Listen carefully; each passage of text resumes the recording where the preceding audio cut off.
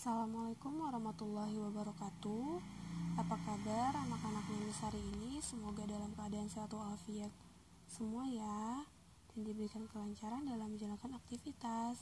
Sebelum kita memulai pelajaran, alangkah lebih baiknya bersama-sama berdoa terlebih dahulu supaya dalam mengisi pembelajaran dan mendengarkan penyampaian dari Miss, kalian dapat lebih memahami. Hari ini kita akan memasuki tema 2, yaitu udara bersih bagi kesehatan, subtema 1, bagaimana tubuh mengolah udara bersih, dan pembelajaran 1. Oke, bisa dilihat di gambar.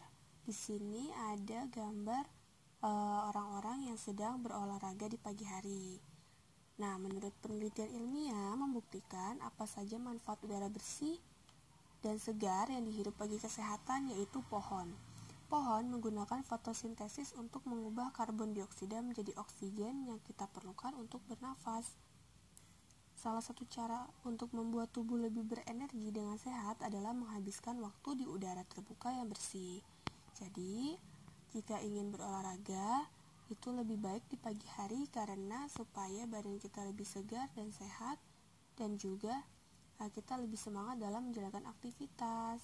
Dan udara yang bersih itu sangat baik untuk kesehatan, apalagi kita yang tinggalnya itu di kota atau keramaian, pasti jarang sekali berolahraga. Maka dari itu dibiasakannya untuk berolahraga karena bisa menjaga kesehatan juga.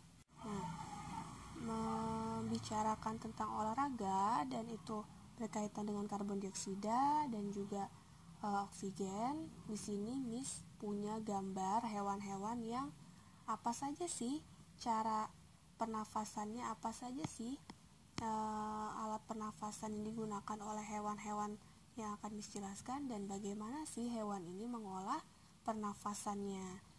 Kita mulai dari ikan ya. Alat pernafasan ikan, ada yang suka makan ikan di sini? Ya, ikan bernafas menggunakan insang. Insang terletak pada bagian kepala ikan, bisa dilihat di gambar. Ikan bernafas dengan cara membuka dan menutup insang. Nah, maka kita perhatikan ya, ikan kenapa mulutnya itu membuka dan menutup, itu karena ia sedang bernafas. Dan air yang masuk ke dalam mulut akan dikeluarkan melalui insang. Kemudian ada alat pernafasan cacing tanah. Pada tubuh cacing tanah ditutupi selaput benang tipis yang disebut dengan kakula. Kakula menyebabkan udara di dalam tanah dapat masuk ke pembuluh darah, dan setelah masuk udara tersebut dialirkan ke seluruh tubuh cacing. Jadi, cacing bisa hidup dan bernafas menggunakan kakula yang ada pada tubuhnya. Oke, next yaitu ada katak. Alat pernafasan katak apa saja ya, Miss? Katak terlebih dahulu kita artikan yaitu golongan hewan amfibi yang hidup di dua alam, yaitu ia hidup di darat dan di air. Karena katak itu merupakan golongan hewan amfibi. Dalam pertumbuhannya, katak mengalami perubahan bentuk tubuh. Pada saat masih berudu, katak bernafas dengan paru-paru, selaput mulut, dan kulit. Sedangkan pada katak dewasa, alat pernafasannya yaitu paru-paru dan kulit. Ia sudah tidak membutuhkan selaput mulut lagi. Sedangkan pada saat masih kecebong atau hidup di air, katak bernafas menggunakan insang karena katak hidup di air. Jika menggunakan paru-paru, katak tidak bisa hidup, maka katak sudah digunakan menggunakan insang. Kemudian selanjutnya ada alat pernafasan burung. Burung bernafas menggunakan paru-paru. Selain itu, burung juga memiliki kantong-kantong udara berdinding tipis, dan kantong-kantong udara tersebut terhubung dengan paru-parunya. Jadi, itu merupakan alat pernafasan pada burung.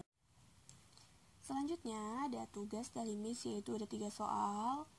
Sebelum kalian mengisi soal, alangkah baiknya untuk membaca terlebih dahulu soal-soal yang akan Miss kasih, nanti dikumpulkan ya. Itu saja pembelajaran hari ini.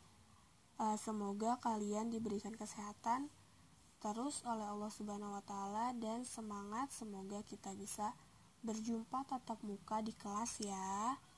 Oke, kurang lebihnya mohon maaf. Wassalamualaikum warahmatullahi wabarakatuh.